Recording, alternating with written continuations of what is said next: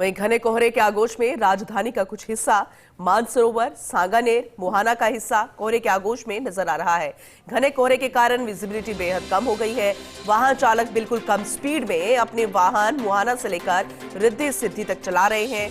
Riddhi Siddhi flyover का हम जिक्र कर रहे हैं क्योंकि यहाँ पर कोहरे का असर नजर आ रहा है और कोहरे के साथ हाड़ कंपाने वाली सर्दी का भी असर है, यानी कि वो महसूस हो रही है हाड़ कंपाने वाली ठंड। मौसम विभाग ने घने कोहरे का अलर्ट पहले ही जारी कर दिया था। कड़ाके की ठंड और दिन रात गलन बनी रहने की संभावना आगे भी रहेगी। 9 जनवरी तक ये कहा गया है, लेकिन आप मानकर चलिए कि मकर संक्रांति तक यानी 14 जनवरी तक ठंड ऐसे ही बरकरार रहेगी। अगले 3-4 दिन कोहरे का असर ऐसे ही रहने वाला है। लेकिन राजधानी जयपुर में कल भी बहुत ज्यादा धुंध थी और आज भी कुछ हिस्सा पूर्णतः धुंध के आगोश में लिपटा नजर आ रहा है। और वो राहगीर, वो आम जनता, वो वाहन चालक जो सुबह घरों से बाहर निकल रहे हैं, खासकर उन इलाकों की तरफ, चाहे मानसरोवर की बात करें, मुहाना का कुछ हिस्से की बात करें, रिद्धि सिद्धि फ्लाईओवर की बात करें, वहां पर बहुत ज्यादा कोहरे का असर है। विजिबिलिटी नामात्र ही नजर आ रही है। आपको वाहन चलाते वक्त फॉग लाइट का इस्तेमाल करना पड़ रहा है। जाहिर सी बात है, लाइट्स वैसे भी अंधेरे में इस्तेमाल हम करते हैं, लेकिन धुंध की वजह से ज्यादा दिक्कत आती है।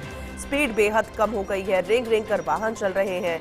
तो फिलहाल सर्दी के चलते 24 जिलों में राजधानी जयपुर समेत स्कूलों की छुट्टी भी घोषित कर दी गई है। प्राइमरी से 8th क्लास तक ठंड बहुत ज्यादा है। मानसरोवर, सांगानेर, मुहाना का हिस्सा कोहरे के आगोश में लिपटा नजर आ रहा है। वाहन चालकों को खासी परेशानियों का सामना करना भी पड़ रहा है। और ऐसे में भी कहा जाता है जो छोटे छोटे बच्चे हैं या जो बुजुर्ग हैं, जो हार्ट पेशेंट्स हैं, दमा के मरीज हैं, उन्हें अल सुबह बाहर निकलने की मनाही डॉक्टर से हिदायत देते हैं। फिलहाल हम राजधानी जयपुर का जिक्र कर रहे हैं, लेकिन राजधानी जयपुर के अलावा भी और अन्य इलाके हैं जहां ठंड बहुत ज्यादा है, धुंध बहुत ज्यादा है। अपने सहयोगियों का भी रुख कर लेते हैं, उससे भी हम समझने की कोशिश करेंगे कि फिलहाल वहां पर क्या सिचुएशन बनी हुई है। संजय हमारे सहयोगी हमारे साथ जुड़ चुके हैं चूरू से, उनका रुख करते हैं और ज्यादा बेहतर तरीके से वहां की स्थिति को समझने के लिए। Sanjay, good morning. आज राजधानी जयपुर तो लगभग उसका हिस्सा कोहरे के आगोश में है। चूरू की क्या स्थिति बनी हुई है अभी फिलहाल, कैसा मौसम है, अपडेट कीजिएगा।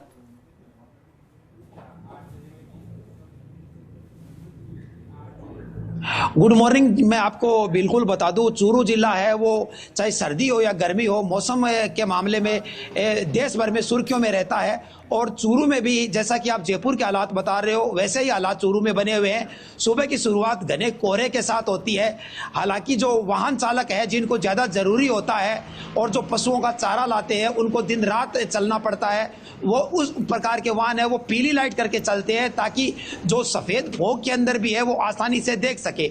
और अगर अपन बात करें सुबह की, तो सुबह सड़कें सुनसान रहती है और चूरू में दिन की शुरुआत भी देरी से होती है क्योंकि घना कोहरा और ठंड रहती है।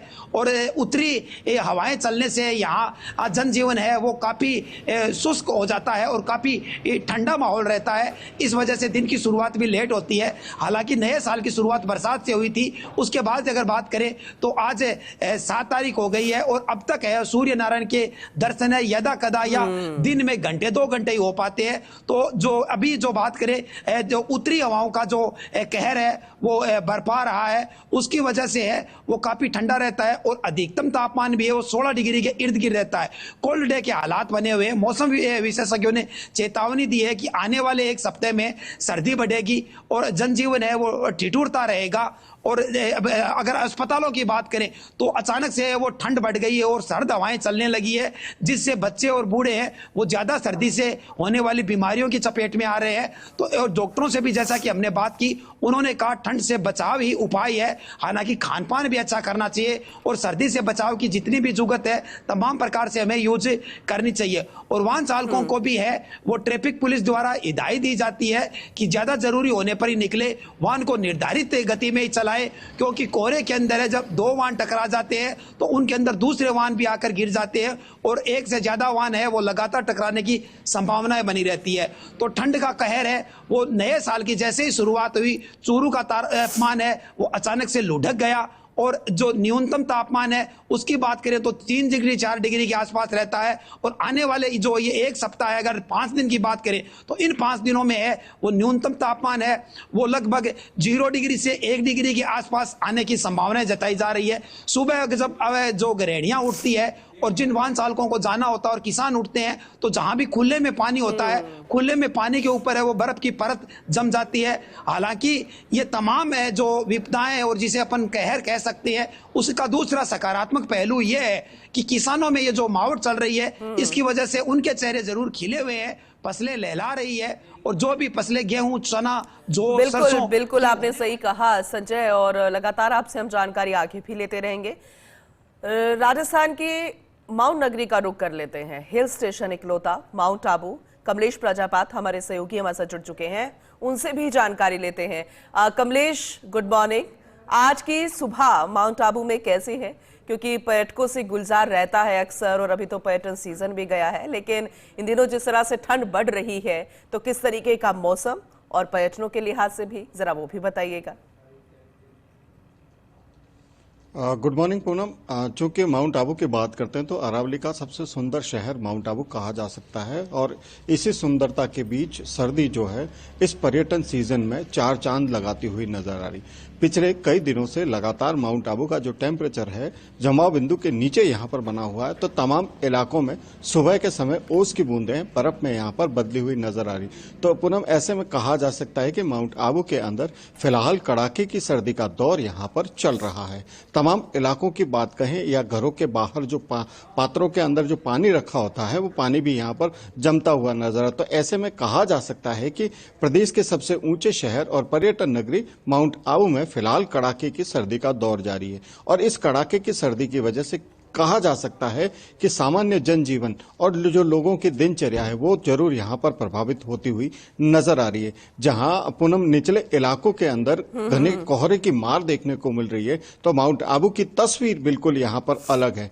चूंकि बरसात के सीजन में ही माउंट आबू के अंदर घना कोहरा दिखता है, लेकिन अब फिलहाल जो सर्दी के मौसम की बात करें तो सर्दी के मौसम में यहाँ पर कोहरा नहीं है। मैं कुछ दृश्य साझा करने की कोशिश करूंगा, मेरे सहयोगी दीपक मेरे साथ है, वो तस्वीर जरूर दिखाएंगे कि माउंट आबू का ये जो आसमान है और जो हरी भरी वादियां हैं बिल्कुल यहाँ पर स्पष्ट रूप से नजर आ रही है। जो निचले इलाकों में कोहरे की जो मार होती है वो कोहरे की मार यहाँ पर नहीं है। ऐसे में कहा जा सकता है कि माउंट आबू में सर्दी का मौसम आने वाले पर्यटकों को अपनी ओर आकर्षित करता हुआ भी नजर आता। तो ऐसे में कहा जा सकता है कि यदि आपको कड़ाके की सर्दी का अनुभव एवं जो ओस की बूंदें बर्फ में यहाँ पर बदलती है उससे खेलने का जो आनंद यदि लेना हो तो इस सर्दी के सीजन में एक बार पूनम आपको माउंट आबू का रुख करना होगा। और माउंट आबू की खूबसूरती भी अलग है इस सर्दी के मौसम में, जहां फिलहाल जमाव बिंदु का टेम्परेचर यहाँ पर बना हुआ है। तो ऐसे में जो दिन का मौसम होता है बेहद ही सुखद होता है। गुलाबी सर्दी का एहसास इन वादियों के अंदर नजर आता है। और जो टेम्परेचर की बात करें दिन के टेम्परेचर की, तो 16 से 18 डिग्री के बीच यहाँ पर दिन का टेम्परेचर होता है। तो ऐसे में इस सुखद मौसम के बीच पर्यटन के लिहाज से बात की जाए तो पर्यटन यहाँ पर वीकेंड पर अच्छा देखने को मिलता है, और तमाम इलाकों से देश के प्रत्येक कोने से यहाँ पर पर्यटक यहाँ पर पहुंचते हैं और माउंट आबू की इस खूबसूरत गुलाबी सर्दी इसका आनंद भी लेते हुए नजर आते हैं, क्योंकि अब सर्दी है, सर्दी तो होगी ही, लेकिन अपना बचाव और अपनों का बचाव आपको खुद ही करना होगा। फिलहाल बहुत शुक्रिया कमलेश, खूबसूरत तस्वीरें दिखाने के लिए, जानकारी देने के लिए। संजय, आपका भी बहुत शुक्रिया ये अपडेट देने के लिए। आगे भी आपका रुख करेंगे और जानकारी के लिए।